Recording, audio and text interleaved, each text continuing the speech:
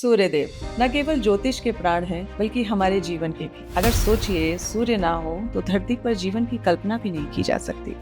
लेकिन अगर हम थोड़ा बहुत और गंभीरता से और संजीदा होकर सूर्य के महत्व को समझना चाहें तो वाकई सूर्य की क्या महिमा है, सूर्य के पीछे कौन सी कहानी है, ज्योतिष क्या कहता है इसके बारे में। तो हमने सूर्य को ही ग्रहों का राजा क्यों, हम बृहस्पति को कह सकते थे, जो अपने आप में ज्ञान के देवता है। तो चर्चा की शुरुआत करते हैं। सबसे पहले आपसे तारुफ कराना चाहेंगे, हमारे साथ स्टूडियो में मौजूद हैं इस वक्त आचार्य अनामिका सिंह जी, जो कि स्पंदनम की फाउंडर हैं और बहुत बड़ी ज्योतिष आचार्य भी हैं। बहुत बहुत स्वागत है मैम आपका एक बार फिर से स्पंदनम के इस पॉडकास्ट पर। नमस्कार। अच्छा, ये समझना बहुत ज़रूरी है कि जो ज्योतिष की भाषा है वो थोड़ा सा इसमें अलग चलती है। ऋग्वेद में और हमारे और शास्त्रों में सूर्य को आत्मा का कारक बताया गया, प्राणों का दाता बताया गया, बहुत इनके पॉजिटिव रोल्स बताए गए हैं जी। पर जब ज्योतिष की बारी आती है तो हम सूर्य को एक ग्रह की तरह लेते हैं और हम देखते हैं कि जल अर्पित करने का एक सही तरीका है क्या। सूर्यदेव न केवल ज्योतिष के प्राण हैं बल्कि हमारे जीवन के भी। अगर सोचिए, सूर्य ना हो तो धरती पर जीवन की कल्पना भी नहीं की जा सकती। 2026 की बात हो और सूर्यदेव का जिक्र ना आए तो भला ये कैसे संभव है।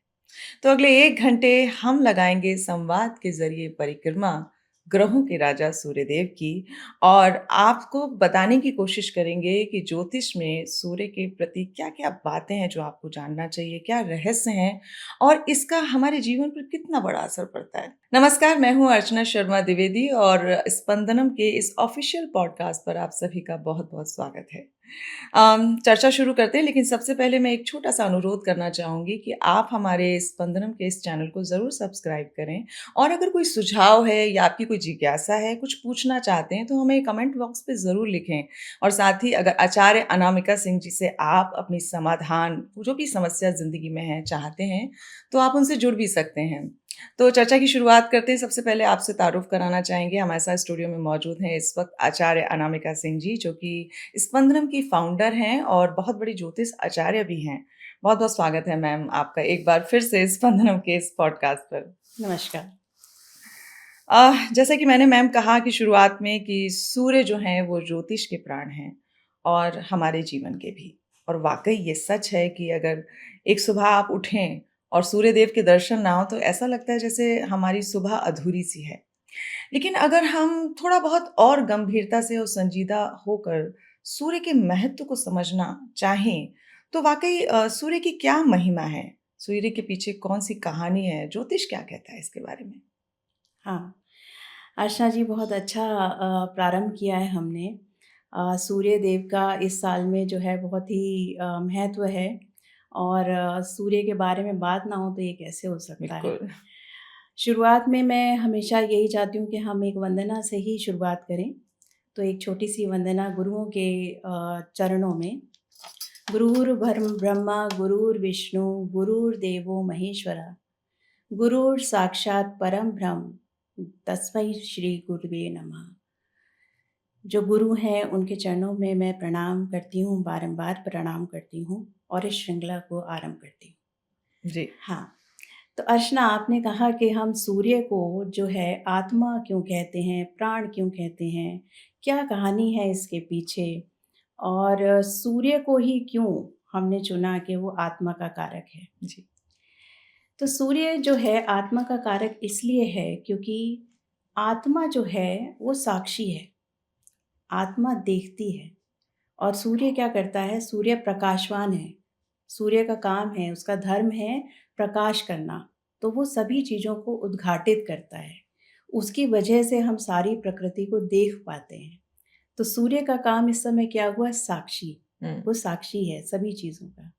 तो हमारे अंदर भी जब हम देखते हैं, हम अपने आप को जानने की कोशिश करते हैं, हम अपनी चेतना को जानने की कोशिश करते हैं, लेकिन उसके पीछे सब कुछ जो कर रहा है, जो सेट कर रहा है, जो एक स्टेज, यानी वो कि एक कौन है? केंद्र। जो एक केंद्र है वो सूर्य है। तो सूर्य जब प्रकृति को उद्घाटित करता है अपने प्रकाश से, तो हम उसे कहते हैं कि वो आत्मा का कारक है। वही है जो हमारे अंदर हमारी आत्मा को जगाता है, और हमें बताता है कि हमारे अंदर कुछ है जिससे हम अनुभव करते हैं, और वो आत्मा हमेशा अपने आप को अनुभव करना चाहती है। तो ऋग्वेद में कहा गया कि सूर्य जो है वो ऋत का भी कारक है। ऋत एक बहुत सुंदर वर्ड है जी जो कि हम लोगों ने नॉर्मली हम लोग नहीं सुनते, इस वर्ड को नहीं सुना होगा। ऋत का मतलब है कॉस्मिक ऑर्डर। तो जो सूर्य है वो ऋत का कारक बताया गया ऋग्वेद में। जी इसका मतलब क्या हुआ कि वो जो भी हमारा सौर मंडल है उसका संचालन करने का काम बताया गया कि वो सूर्य के हाथ में है। तो सूर्य जो है वो केंद्र में है, वो आत्मा का कारक है। अब दूसरी बात रही कि सूर्य प्राणदाता भी क्यों है। जी अब सूर्य जो है वो अपने रोशनी से, अपनी गर्मी से, अपनी ऊर्जा से पूरी प्रकृति को ऊर्जा देता है। वो अपने आप में स्वयं दीप्तमान है, उसे किसी की ऊर्जा की जरूरत नहीं है, वो सबको ऊर्जा देता है। तो इसके पीछे एक पुराण में भी एक कहानी है जी और वो मैं आपके साथ साझा करना चाहूंगी, दर्शकों को भी अच्छा लगेगा कि सूर्य की उत्पत्ति एस्ट्रोलॉजी में हम लोग कैसे मानते हैं, ज्योतिष में कैसे मानते हैं। तो एक बार ऋषि कश्यप और उनकी पत्नी आदिति, उनको हुआ कि हमारा जो है कोई पुत्र होना चाहिए, कोई संतान होनी चाहिए। तो अदिति ने जो है विष्णु जी की बहुत ही तपस्या करी और ये चाहा कि उनके कोई ऐसा पुत्र हो जो कि समदृष्टि रखने वाला हो, ईर्ष्या द्वेष से दूर हो, धर्म का पालन करने वाला हो। ऐसी उनकी मन में प्रबल इच्छा जी बहुत तपस्या करने के बाद जब विष्णु जी ने उन्हें दर्शन दिए और पूछा कि तुम्हारी क्या कामना है, तो अदिति जी ने बताया कि भाई हमारी ये कामना है। तो विष्णु जी ने कहा कि अदिति, तुम बहुत तपस्विनी हो और इस तप के कारण मैं तुमसे प्रसन्न हूँ। तुम मेरी दाहिनी दृष्टि में देखो, मेरी दाहिनी आंख में देखें। जी तो विस्मय होके और उन्होंने कहा अचंभित होके कि अच्छा, तो देखा तो उसमें उन्हें सूर्य ग्रह दिखाई दिए। जी अब इसमें दाहिना वर्ड याद रखना, ये आगे भी आएगा। अच्छा तो जब अदिति ने देखा कि जो कुछ एक सूर्य जैसा कुछ उन्हें दिखाई दिया, विष्णु जी ने कहा देखो, सूर्य सबको समदृष्टि से देखता है। वो ये नहीं देखता कि ये फूल है, ये झाड़ी है, तो मैं इस पे कम ऊर्जा दूं, उसमें ज्यादा ऊर्जा दूं।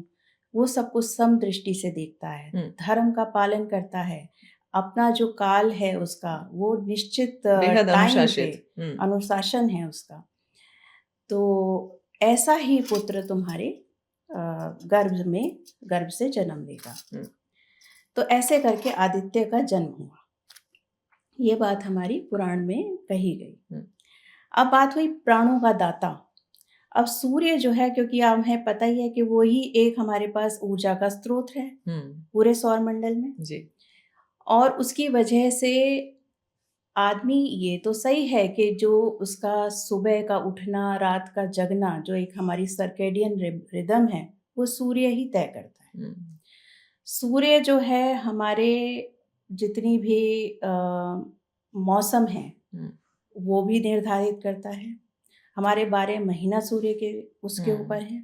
फिर उसके बाद आप ये देखिए कि जो सृष्टि में अगर खान पान भी इंसान खा रहा है या कोई भी जीव जंतु खा रहा है, तो वो किसकी ऊर्जा से खा रहा है? फोटोसिंथेसिस होती है, फोटोसिंथेसिस से ही खाना बनता है पेड़ों में।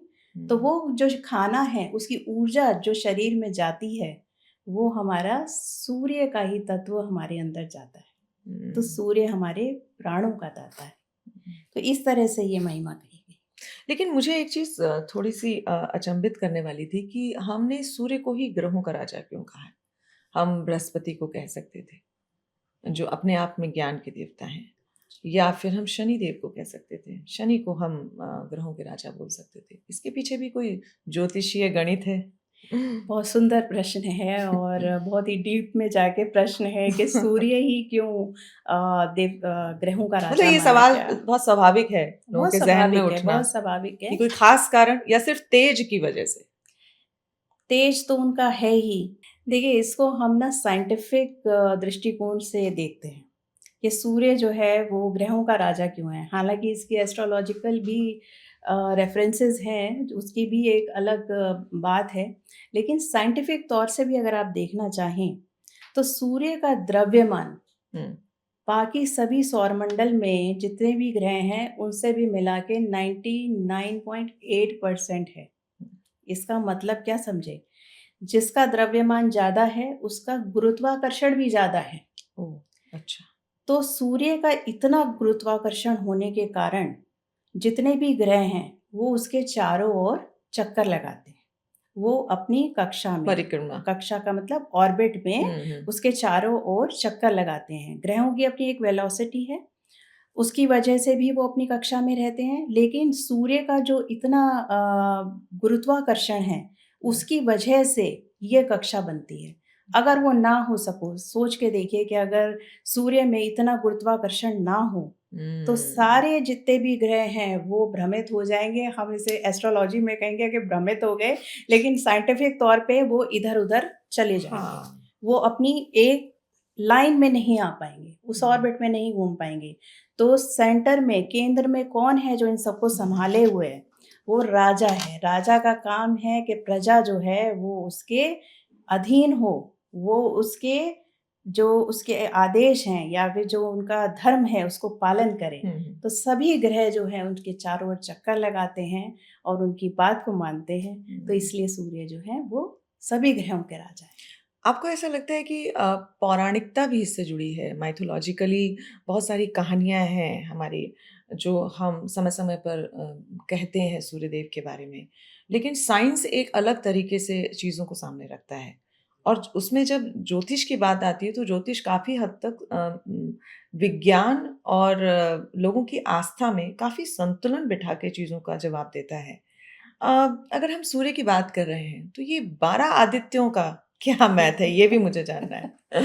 हाँ, ये एक अलग ही विषय है जैसे कि सूर्य को ही सब लोग सोचते हैं कि सूर्य का दूसरा नाम ही आदित्य है। हुँ, बिल्कुल आदित्य उनका दूसरा नाम है, लेकिन हम 12 आदित्यों का उल्लेख जो है, वो हमें मिलता है ऋग्वेद में भी और विष्णु पुराण में भी। 12 आदित्यों का मतलब है कि वो 12 तरीकों से चेतना को जागृत करता है। ओके। सूर्य जो है वो चेतना का हमने कहा आत्मा का कारक है। हुँ, तो उसका प्राइमरी वर्क जो है, जो सबसे ज़रूरी कर्म है, वो है कि आपकी आत्मा को जगाना। अब ज्योतिष में हमारी कुंडली में 12 हुँ, ग्रह 12 हुँ, जो हैं घर होते हुँ, हैं। 12 ग्रह में घरों में हुँ, जो है सूर्य जैसे समझिए कि प्रथम घर में है। हुँ। अब प्रथम घर लग्न में में बैठे हैं। लगन में है हुँ, और हमने कहा कि इस समय सूर्य का नाम हमने इसमें रखा धाता। हुँ, तो धाता जो है उसका धर्म है कि आपकी चेतना को उस घर के हिसाब से, उस भाव के हिसाब से जगाना। मतलब क्या हुआ कि सूर्य वहाँ पे बैठ के उसे क्या होना चाहिए? उसमें सेल्फ कॉन्फिडेंस होना चाहिए, उसका हुँ, स्वास्थ्य बहुत अच्छा हुँ। होना चाहिए। मतलब एक पर्सनैलिटी ही एकदम एक किंग की तरह निकल के बिल्कुल, आएगी। कि मैं कौन हूँ हुँ, और मैं यहाँ क्या करने आया हूँ? हुँ, ये क्वेश्चन उसके दिमाग में आता है। ये यहाँ पे सूर्य का धर्म हो जाता है कि उसकी चेतना को उस तरफ प्रेरित करे। तो उस समय हम उसको धाता कहते हैं। तो धाता कहते हैं तो इसका और आगे चल के बनता है कि मान लो कि आपका सूर्य वीक है। अब यहाँ हुँ, पे जो है स्थिति मान लीजिए वैसे तो कालपुरुष की कुंडली में मेष राशि पड़ती है प्रथम भाव में। हुँ, तो यहाँ पे सूर्य की स्थिति बहुत अच्छी है। हुँ, लेकिन किसी कारणवश समझिए कि यहाँ पे अगर राहु, केतु, शनि उनकी युति हो जाए। हुँ। वो उनके साथ बैठे हैं। हाँ, हुँ, कुछ दोष आ जाए, हुँ, दृष्टि दोष आ जाए, इनमें से किसी भी ग्रह का, हुँ, तो सूर्य का प्रभाव कम हो जाएगा। हुँ, तो उसके लिए हमें क्या करना है? हमें धाता को पकड़ना है। क्यों? क्योंकि सूर्य ने धाता को, इस आदित्य को, इस घर को ड्यूटी दी है कि भाई तुम इसको देखो और हुँ। ये अगर ये इसको रूल ठीक करो। हुँ, इसको हम अगर सुधार करना चाहते हैं, तो ये कैसे होगा? तो धाता के हुँ, लिए जो है बहुत सारी चीज़ें बताई गई हैं पुराण में कि हमें जो है किस तरीके से सूर्य को इसमें नमस्कार करना है। तो मंत्र होगा ओम धात्री सूर्याय नमः। ओके। तो हम उसमें इनका वर्णन करेंगे जी। कि इस आदित्य को मैं पूजती हूँ हुँ। और मेरा आप ये ठीक करें जो मेरा हाउस है। इसी हुँ। तरह सेकंड हाउस है। सेकंड हाउस में हमने आदित्य कौन-सा लिया? आर्यमा। आर्यमा का ओके। क्या काम हुआ कि जो परिवार है उसमें धर्म कैसे चले? वाणी का धर्म क्या हो मेरा? धन संचय कर रहा हूँ उसमें मेरा धर्म क्या हो? और अगर ये हाउस बिगड़ गया, वही कि मान लीजिए दृष्टि खराब हो गई हुँ। या वहाँ पे राशि जो है वो सम नहीं है उसके सूर्य के अच्छी नहीं बैठ रही सूर्य के साथ, हुँ। तो हम आर्यमा को जो है पूजेंगे। हम आर्यमा के लिए मंत्र बोलेंगे हुँ। और उनके लिए कहेंगे, प्रार्थना करेंगे कि हमारा ये घर ठीक हो। तो हुँ। 12 आदित्यों को 12 घर दिए गए। तो 12 भावों की बात हो रही जी, है और हर भाव में अगर सूर्य की उपस्थिति है, हाँ। तो उसका असर उसी हिसाब से होगा। हाँ, तो लेकिन आपको क्या हम इसे सरल भाषा में समझना चाह रही थी मैं, सॉरी मैंने आपको बीच में टोका, कि क्या ऐसा भी है कि केवल सूर्य एक ऐसा ग्रह है कि वो किसी भी घर के किसी भी भाव में बैठे, उसके प्रकाश में, उसके तेज पर कोई असर नहीं पड़ेगा, ऐसा कुछ है? या असर पड़ेगा, वो जहाँ बैठा है, जिसके साथ बैठा है, ये स्थितियाँ और परिस्थितियाँ भी उसके उसके असर को बहुत बढ़ाएँगी या कम करेंगी, ऐसा कुछ है? देखिए, सूर्य जिस घर में बैठता है उसको प्रकाशवान कर देता है। उसको ठीक? एनहांस बढ़ा उसको देता है। उसको उजागर कर देता है। तो हुँ, जैसे जो फर्स्ट हाउस है, पहला भाव है, उसकी जो प्रॉपर्टीज़ हैं हुँ, कि उसकी प्रॉपर्टीज़ हैं कि मैं कौन हूँ, मैं समझूँ अपने आप को या मेरा आत्मविश्वास वो कैसा है, तो वो इन क्वालिटीज़ को एनहांस कर देगा। लेकिन अगर यहीं पे कोई और ग्रह इसके साथ बैठ जाता है, अगर सूर्य के 10 डिग्री के अंदर कोई भी ग्रह बैठता है, हुँ, तो वो अपनी पावर लूज़ कर जाता है। चाहे वो चंद्र बैठ जाएँ, चाहे गुरु बैठ जाएँ, चाहे चाहे कोई बुध भी बैठ हो। जाए। क्योंकि वो इतने तेजवान हैं कि उनके साथ 10 डिग्री के अंदर जो भी ग्रह आएगा, वो कम्बस्ट हो जाता है, सिवाय मरकरी को छोड़ के। यानी कि अस्त केवल हो जाएँगे। मरकरी जो है, वो ओह! अस्त नहीं होता है उनके साथ, कुछ डिग्रीज़ के साथ, अच्छा, लेकिन हर ग्रह उनके साथ अस्त हो जाता है और वो अपना ये प्रभाव देने में सक्षम नहीं रह पाता। यानी ये बहुत इम्पोर्टेंट बात अभी आपने कही कि कोई भी ग्रह बैठ जाए, लेकिन जी। अगर उनके पुत्र बैठे हों उनके साथ, तो कोई दिक्कत की बात नहीं है। नहीं, नहीं अर्चना, ये तो बात बिल्कुल ही अपोज़िट हो जाएगी। हुँ, शनि सूर्य के पुत्र हैं। हुँ, हुँ, हालाँकि मैं ये टॉपिक जब हम शनि को कवर करते हुँ, तब हम हुँ, उठाते, हुँ, तो सूर्य की 2 पत्नियाँ कही गईं, हुँ। संजना और छाया। जी, जी, जी। तो शनि जो हैं वो छाया के पुत्र हैं। हुँ, पर क्योंकि जिस तरीके से वो पैदा हुए तो सूर्य को लगा कि ये मेरा पुत्र नहीं हो हुँ, सकता। हुँ।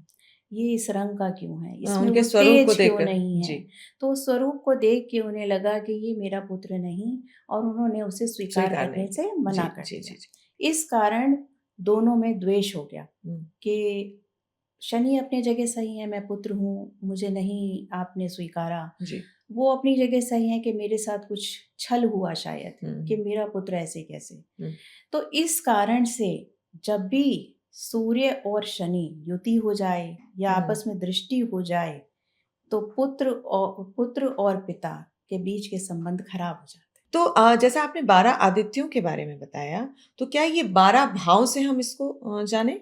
12 आदित्य का मतलब हर भाव के एक सूर्य? क्या हम इसको इस सरल हाँ, भाषा में हम रखें? हमको सरल भाषा में हम इसको ऐसे ही मानेंगे हुँ, कि हर भाव का एक अपना आदित्य माना गया और उसको उस चेतना को जागृत करने के लिए उसके लिए हमें उसका पूजा पाठ करनी चाहिए। अच्छा।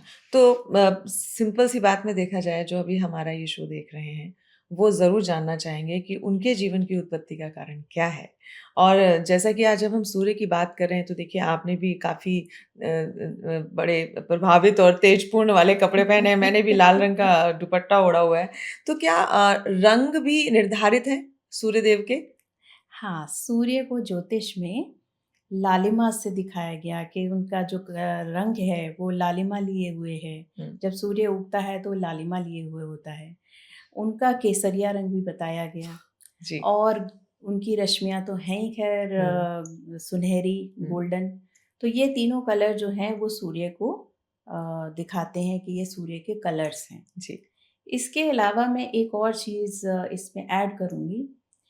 हर दिन क्या एक ग्रह जो है वो मेन रोल प्ले करता है। हुँ, जैसे सपोज़ करिए कि हम रविवार लेते हैं। हुँ, तो रविवार में जो पूरे आभा मंडल में जो आपका वायुमंडल है, उसमें जो तेज रहेगा या जो वाइब्रेशन एक्टिव रहेगी, वो उस ग्रह की रहेगी जो कि उस दिन का स्वामी है। तो हुँ, रविवार का स्वामी कौन हुआ? सूर्य। हुँ, तो उस दिन अगर आप इस रंग के कपड़े पहनते हैं, हुँ, तो उसका प्रभाव आपके व्यक्तित्व पे पड़ता है। हुँ, तो कुछ लोगों का ये मानना भी है और हम लोगों ने देखा भी है इसको कि ज्योतिष में जैसे बताया गया कि आप दिन के अनुसार भी हुँ, वस्त्र चूज़ रंगों कर के हिसाब सकते से, हैं, उसका जी। आप लाभ ले सकते हैं। ऐसे ही सोमवार है, तो हुँ, सोमवार में चंद्रमा का हुँ, इफ़ेक्ट रहता है, तो उसमें व्हाइट कपड़ों का जी। हम लोग कहते हैं कि उसका एक तो एलिमेंट मतलब हर रखिए। ग्रह का अपना एक आवरण है। बिल्कुल, क्योंकि वो वाइब्रेशन उस समय, उस वातावरण में, उस दिन बहुत प्रभावशाली होती है। प्रभावशाली होते हैं, एग्ज़ैक्टली। हम रहते हैं मल्टी स्टोरीज़ बिल्डिंग्स में, ठीक है? शहरों में और ज़्यादातर जो ज्योतिष आचार्य हैं, वो सूर्य को प्रसन्न करने के लिए जल अर्पित करने के लिए बोलते हैं। जी। तो मैंने देखा है कि जब जब सही बात है। जब सूर्य उगते हैं, तो सुबह-सुबह सभी लोग जल उन्हें दे रहे होते हैं, लेकिन इस बात का वो ध्यान नहीं रखते हैं कि नीचे भी कोई और है जो नीचे के माले में उन्हें जल अर्पित कर रहा है और वो सिचुएशन बड़ी हास्यास्पद हो जाती है। जी। ठीक है, क्योंकि हमारी भक्ति ऐसी है कि थोड़े बहुत असहज भी हो जाते हैं तो हम कर लेते हैं कि कोई जी, बात नहीं, हमारी जी, उनके प्रति प्रेम है और वो स्नेह है। जी। बट आपका क्या सुझाव होगा हमारे दर्शकों को कि जल अर्पित करने का एक सही तरीका है क्या? और क्या वाक़ई ये इतना इम्पोर्टेंट है? अगर मैं ये कहूँ कि अगर आप अंदर से स्तुति करते हैं, अच्छे कर्म करते हैं, लोगों की मदद करते हैं, तो जल अगर अर्पित नहीं भी कर रहे हैं तो भी इतना असर नहीं क्योंकि वो तो सूर्य देव हैं। देखिए हाँ, ये बड़ी एक हास्यपद सा ही लगता है कि ऊपर वाली बालकनी से जब पानी के छींटे नीचे आते हैं, तो लोग सोचते हैं कि ये क्या हो रहा है? कि भई वो तो तो सही है कि आप सूर्य को खुश करना चाहते हैं, मुझे मत परेशान कीजिए। पड़ोसी हाँ, नाखुश हो जाता सही है। बात है। तो सूर्य को जल अर्पित करना ये हमारे बहुत ही पौराणिक टाइम से चला आ रहा है और इसका देने का, अर्घ्य देने का क्या मायने हैं, क्यों दिया जाता है जी, सूर्य को अर्घ्य? जी। इसके पीछे ये हमारे अध्यात्म में कहा गया है कि जब सूर्य को आप अर्घ्य देते हैं, तो आप अपने अहंकार को नीचे करते हैं, हुँ, आप अपनी ईगो को नीचे करते हैं, क्योंकि आपसे भी ऊपर है कोई जिसको कि आप झुक करके अर्घ्य हुँ। देते हैं। तो नमन कर सबसे रहे हैं। पहले सूर्य का काम क्या है? आपके अहंकार को तोड़ना, जी। आपकी चेतना को जागृत करना। तो ये जो एक्ट है, ये जो आपका एक करने का तरीका है कि आप सूर्य के सामने जल अर्पित करते हैं, तो आप उसकी सत्ता को मानते हैं। आप मानते हैं कि मेरे हुँ, से ऊपर भी कोई है। तो ये आपके हुँ। ईगो को एक और समर्पण हाँ, अहंकार को हुँ, कंट्रोल में रखता है। दूसरा रीज़न क्या है? हुँ, दूसरा रीज़न ये है कि अ, पानी जब वो छलकता है, तो उसमें सूर्य की जो रश्मियाँ हैं, जो वो अंदर आती हैं, हुँ, वो एक रेनबो की तरह होती हैं हुँ, और उसमें जो रश्मियाँ आती हैं और आपके शरीर पे पड़ती हैं, उनका एक अपना ही रोल हो जाता है। हुँ, वो आपको अंदर से प्रेरणा देती हैं, जागृत करती हैं अंदर से। हुँ, तो ये एक बायोलॉजिकल केमिस्ट्री कह सकते हैं कि जो सुबह की जो रश्मियाँ हैं, वो आपके शरीर को ऐसे हॉर्मोन्स क्रिएट करती हैं, जिससे हुँ, कि आप दिन भर जागृत रहते हैं और हुँ। सूर्य का काम तो है ही बहुत आपको अच्छा जगाना। महसूस भी करते हैं। आप बहुत हुँ, अच्छा महसूस करते हैं क्योंकि सेरोटोनिन हाई हो जाता है, हुँ, विटामिन डी पूरा हो जाता है, तो आपकी ऊर्जा जो है पूरे दिन के लिए आएगी कहाँ से? हुँ, सूर्य से ही आएगी। अगर आप दिन भर अपने कमरे में रहते हैं, आप सूर्य के दर्शन नहीं करते, हुँ, आप सूर्य से जो मिलने वाली अच्छी किरणें हैं, उनका लाभ नहीं उठाते, तो आपका स्वास्थ्य कभी भी अच्छा नहीं हो सकता। हुँ, स्वास्थ्य का मालिक भी तो सूर्य ही है। हुँ, पहला पहला घर जो है, वो स्वास्थ्य के लिए है। स्वास्थ्य। जी। तो यही सूर्य का रोल है। तो हुँ, ये जो जल चढ़ाना है और हम ये भी कहते हैं कि ताम्र के लोटे में हुँ, यानी कि कॉपर वेसल में आप सूर्य को अर्घ्य जल दें। अर्पित करें। व्हाई नॉट कि आप सिल्वर में दें, व्हाई नॉट कि ब्रास में दें या किसी और स्टील में धातु दें, में बिल्कुल, दें। हाँ हाँ। क्यों? क्योंकि एक तो हमने कॉपर को, ताम्र को सूर्य का मेटल माना है, जी। ठीक है। दूसरा, it is the best conductor of heat. जो आप उसमें जब आप जल अर्पित करते हैं तो सूर्य की जो ऊर्जा है वो उसमें से जाते हुए आपके शरीर के अंदर भी जाती है। So it's a good conductor of heat. और आपकी जो सूर्य की जो ऊर्जा है वो आप ले रहे हैं अंदर, डायरेक्टली ले रहे हैं। तो वो एक सही तालमेल है। यहाँ एक रोल बन जाता है कि ताम्र का लोटा ही यूज करें। बिल्कुल बिल्कुल, मुझे लगता है कि दर्शक जो भी इस शो को देख रहे हैं वो ज़रूर जान गए होंगे कि तांबे के पात्र में जब आप जल अर्पित करते हैं तो वो कितना अहम बन जाता है। अगर मैं सूर्य देव का एक ऐसा पक्ष देखने की कोशिश करूं जिसमें सिर्फ प्रकाश है, जिसमें सब कुछ शुभता है, सब कुछ बहुत खूबसूरत है, तो क्या इसका दूसरा साइड इसके बिल्कुल अपोजिट है? ऐसा है? क्या हम वहाँ आत्मविश्वास को अहंकार दूसरा पक्ष कहता है ऐसा? हाँ, अर्चना, ये समझना बहुत ज़रूरी है कि जो ज्योतिष की भाषा है वो थोड़ा-सा इसमें अलग चलती है। ठीक है, ऋग्वेद में और हमारे और शास्त्रों में सूर्य को आत्मा का कारक बताया गया, प्राणों का दाता बताया गया, बहुत इनके पॉजिटिव रोल्स बताए गए हैं। जी। पर जब ज्योतिष की बारी आती है तो हम सूर्य को एक ग्रह की तरह लेते हैं और हम देखते हैं कि उस ग्रह का हमारे जीवन पे क्या प्रभाव है। जी। वो हमारे लिए क्या वैसा ही है जैसा कि हमने अभी सब कुछ सुना? क्या ये सब चीज़ें हमारे साथ भी हो रही हैं? अगर नहीं हो रही तो क्यों नहीं हो रही हैं? अब देखिए, पूरब दिशा जो है, पूरब दिशा में जो राशि जन्म लेती है वही आपका लग्न बन जाती है, ठीक? उसके बाद आपकी पूरी पत्री जो है, पूरी कुंडली जो है वो बन जाती है और उसके बाद सभी ग्रह उसमें आ जाते हैं। अब जहाँ तक सूर्य की बात है, सूर्य को पहले घर का कारक बताया गया, यानी कि उसको स्वास्थ्य देना है, यानी कि उसको आपका मैं कौन हूँ, आपकी आइडेंटिटी क्या है, आपकी आइडेंटिटी क्या है, आपका आत्मविश्वास क्या है, तो वो उसको देने वाला है। अगर सूर्य सही स्थिति में नहीं है, जैसे कि अगर वो किसी ऐसी राशि में बैठा है जो कि उस ग्रह के साथ उसकी समता नहीं है, उससे उसका मित्र भाव नहीं है, जैसे कि शनि की राशि में बैठ जाए या फिर वो अपनी नीच अवस्था में बैठ जाएं, कि अगर वो तुला में बैठ जाएं, शुक्र की राशि में बैठ जाएं, तो उसके जो गुण हैं, उसके जो प्रभाव हैं, उसमें कमी आ जाती है। तब क्या होता है, आपको वो प्रभाव नहीं मिलेगा जो सूर्य का असली प्रभाव है। क्यों? क्योंकि अब उसमें मिश्रण हो गया। अब उसमें जो है, जो दृष्टि का मिश्रण हुआ या उसकी युति का मिश्रण हुआ, उसकी वजह से जो दूसरे ग्रह हैं उसने उसके प्रभाव को एक ढक दिया है, उसको वैसा नहीं रहने दिया जैसा कि उसका रोल है। तो इसलिए जब सूर्य अपने विकृत फॉर्म में होगा, जब वो शुभता वाला नहीं है, तब वो अहंकार पैदा करेगा। तब वो व्यक्ति को ऐसा कर देगा कि उसको भ्रमित कर देगा कि उसे समझ नहीं आएगा कि मैं क्यों आया हूँ, मैं क्या कर रहा हूँ। मैं समझ में आएगा उसको, कुछ समझ नहीं आएगा, या फिर वो इतना अथॉरिटेटिव हो जाएगा कि वो डिक्टेटरशिप की तरफ जा सकता है। नेतृत्व नहीं करेगा, फिर वो डिक्टेटरशिप करेगा। तो ऐसे ऐसे जो उसके जो नेगेटिव एस्पेक्ट्स हैं वो डेवलप होने शुरू हो जाएंगे। यहीं पे ज्योतिष का फायदा भी है। आप जाने कि आपका सूर्य आपके साथ कैसा बिहेव कर रहा है। क्या सूर्य आपका वही प्रभाव दे रहा है जो उसको देना चाहिए?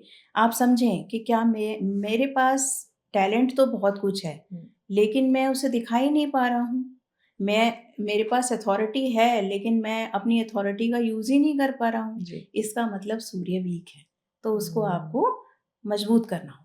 और किसी एक सही और जानकार ज्योतिष आचार्य के पास आना पड़ेगा। जी बिल्कुल, ये राय तो ज़रूर लेनी चाहिए कि मैं अपने जीवन को किस तरह से और अच्छी तरह से संचालित कर सकूं। ये तो बहुत, क्योंकि अगर एक सही सलाह मिले तो शायद आप अब तक जो महसूस कर रहे हैं, जब आपको जानकारी मिलेगी तो शायद ऐसा हो सकता है कि चीज़ें, आपकी दृष्टि बदले क्योंकि जानकारी से बहुत दृष्टि बदलती है। अब तक मैं ये सोचा बैठा हूँ कि अगर सूर्य मेरे अष्टम भाव में है तो अब तो सब कुछ खत्म हो चुका है, कुछ भी अच्छा नहीं होगा। नहीं, इससे मुझे बहुत अच्छी बात याद आई, आपने एक एग्ज़ाम्पल जो ये दिया।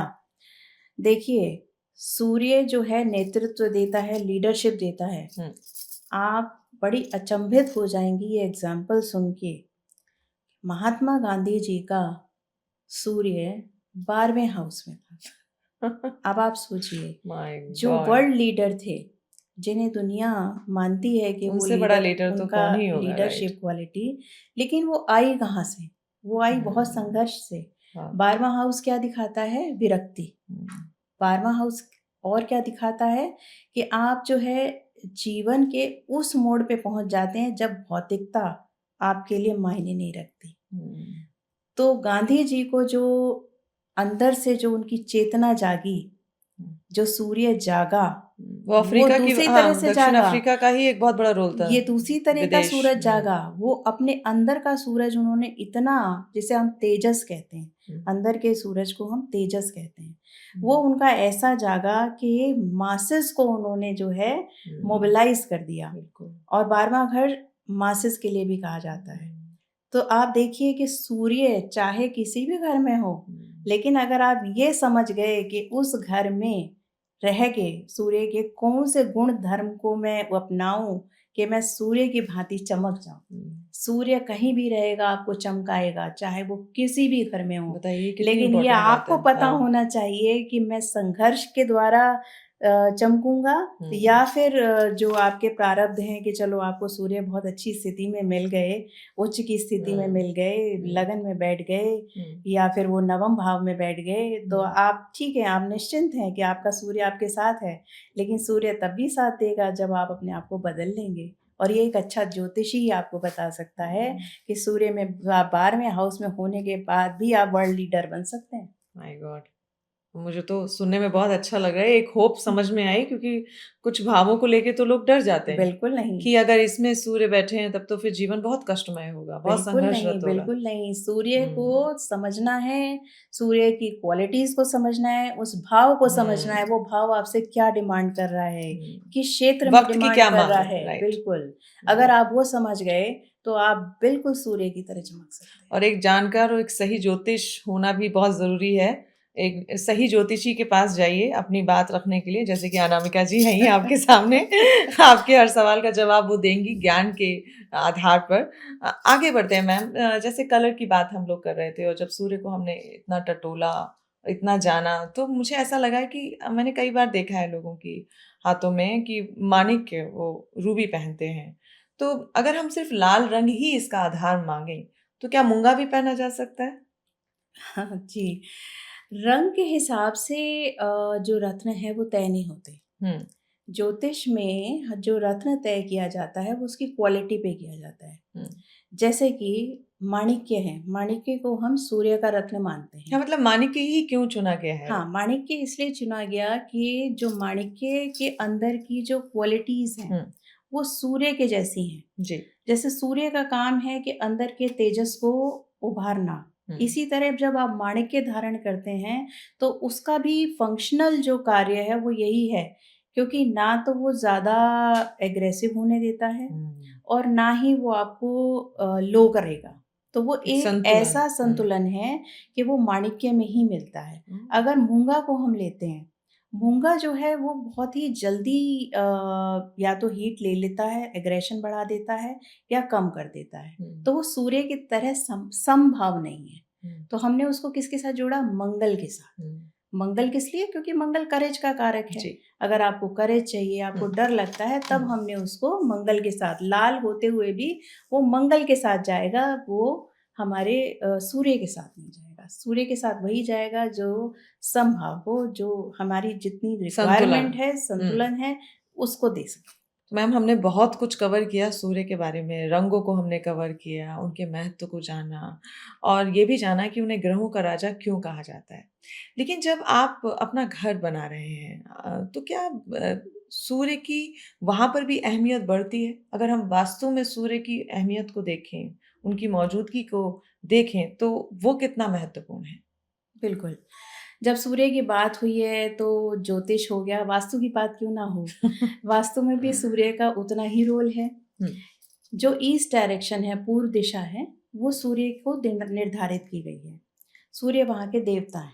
हम्म, सूर्य ईस्ट से ही उगते हैं और घर जब आपका सूर्य से प्रभावित है, यानी कि वहाँ पे मुख्य द्वार है, वहाँ पे खिड़कियाँ हैं, जी, आपका प्रॉपर वेंटिलेशन है, वहाँ पे सूर्य की किरणें आ रही हैं, तो आप स्वस्थ रहेंगे। क्योंकि स्वास्थ्य का कारक जो है वो सूर्य देवता हैं। जी, मंगल भी है, लेकिन सूर्य जो है वो प्राइमरी माना गया। हम्म, तो हमारा वास्तु कहता है कि आप जब भी ईस्ट की डायरेक्शन देखें तो उसमें उगता कोशिश सूरज, करें कि मुख्य द्वार वहाँ पर आए। और मुख्य द्वार के लिए हमने पिछले एपिसोड में भी बात की थी कि हमारा जो पैशाच विधि होती है उसमें हमारे देवता होते हैं। फिर उसके अकॉर्डिंग हम डिसाइड करते हैं कि किस देवता के ऊपर हमें मुख्य द्वार बनाना होता है। तो जब ईस्ट की बात छिड़ी है तो चलिए मैं ईस्ट के जो पद हैं उनके बारे में भी थोड़ा सा यहाँ पे बताती हूँ। जी, ईस्ट में शुरुआत होती है शिखी से, शिखी पद।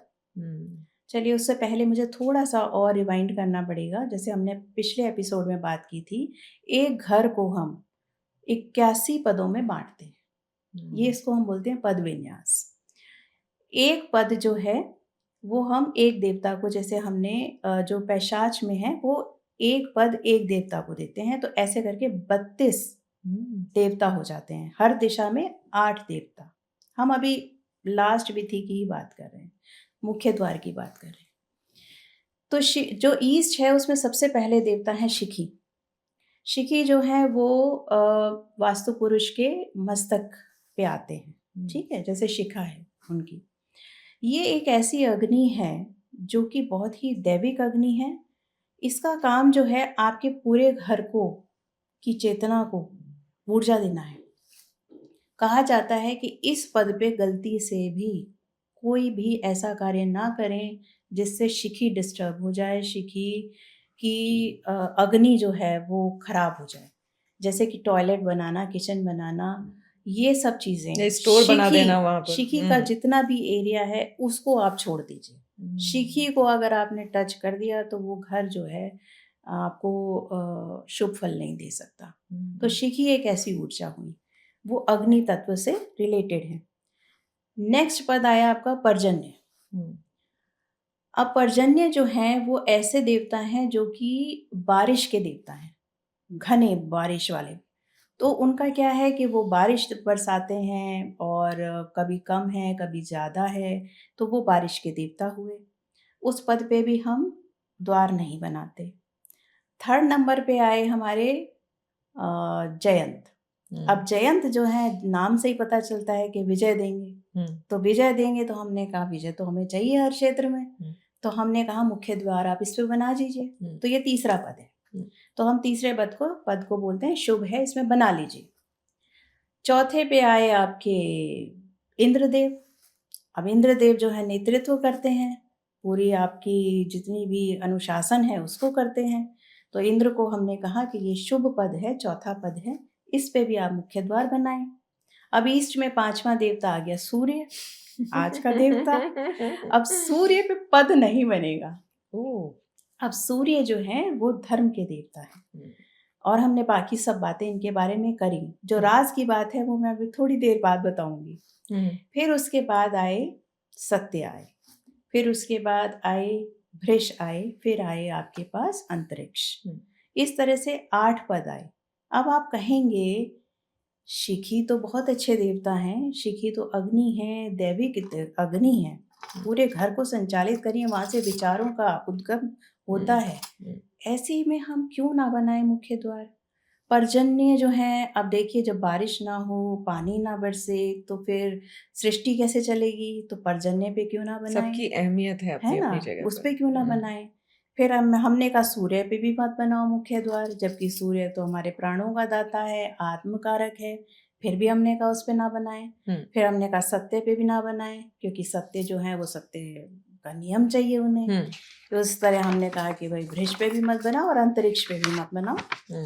इनके रीजन क्या ये अशुभ पद हैं? नहीं, ये अशुभ पद नहीं है। ये इतने आइडियल पद हैं कि इनकी डिमांड ऐसी है कि एक गृहस्थी इसको पूरा नहीं कर सकता। अगर आपने सूर्य के पद पे बना दिया मुख्य द्वार, तो उसमें जो स्वामी है घर का, उसमें कैसी क्वालिटीज़ आ जाएँगी कि वो लेता नहीं है सूर्य किसी से, देता ही देता है। तो जब आपका आदान-प्रदान नहीं होगा, तो आप परिवार कैसे चलाएँगे? वो अथॉरिटेटिव ही हो सकता है। तो इसीलिए गृहस्थियों के लिए जो हमने ऐसे ही द्वार बताए, जिससे कि एक बैलेंस्ड वे में घर चल सके। सिर्फ़ सत्ते के पे कोई घर बना देंगे, तो क्या आप वो मेंटेन कर पाएँगे? नहीं कर पाएँगे, तो जो उसके नेगेटिव इम्पैक्ट्स हैं वो आएँगे। अंतरिक्ष को खाली चाहिए, तो क्या आप ऐसा कर पाएँगे? नहीं कर कितनी डीप पाएँगे। नॉलेज है तो अनामिका जी। हमारे दर्शक भी इसको देख रहे होंगे और वो भी सोच रहे होंगे कि जो मैम कह रही हैं ये ऐसे करना है, ये ऐसे करना है। बट ऐसा है कि आप इसे अपने आप से मत कीजिए। फिर से मैं कह रही हूँ, किसी सही और एक जानकार ज्योतिष से बात करना बेहद ज़रूरी है। और हमारे इस मंच में हमारी कोशिश ही यही होती है कि हम अनामिका जी के ज़रिए आपके सवालों के सही जवाब दे सकें। अनामिका जी, सवाल तो बहुत सारे हैं। मन तो कर रहा है कि हम इस पॉडकास्ट को थोड़ा और चलाएँ, लेकिन समय का भी अभाव है। आप कुछ कहना चाहती हैं दर्शकों से? क्योंकि मेरे मन में एक सवाल ज़रूर है कि क्या कुछ हमारे दर्शकों के लिए कोई एक नई सौगात स्पंदनम लेकर आ रहा है, जिससे कि वो भी अपने जीवन को बेहतर कर सकें ज्योतिष के माध्यम से, अपनी कुंडली खुद देख सकें, खुद एनालाइज़ कर सकें? कोई ऐसी संभावना है क्या? जी, अर्चना जी, बहुत धन्यवाद ये पूछने के लिए। स्पंदनम का जो है आगे का प्रोग्राम यही है कि हम एक ऐसा कोर्स लेके आएँ।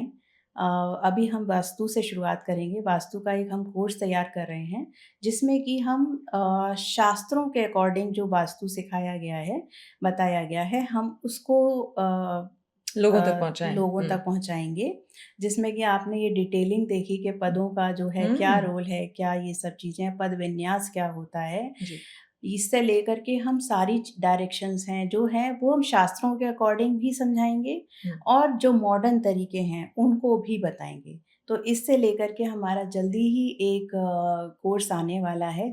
मार्च में या अप्रैल में हम उसे लॉन्च करने वाले हैं और बहुत-बहुत स्वागत है उन लोगों का जो इस बारे में डिटेल में जानना चाहते हैं। तो चलिए, आपके इस सवाल का जवाब तो आपको मिल गया कि बहुत जल्द ही स्पंदनम के इस प्लेटफ़ॉर्म पर और यहाँ पर आपको बहुत सारी जानकारी मिलने वाली है। जैसा कि मैम ने कहा कि वो कोर्स भी लॉन्च करने वाली हैं और हम हमेशा से कहते हैं कि आपकी जिज्ञासा ही हमारे इस मंच की असली ताकत है।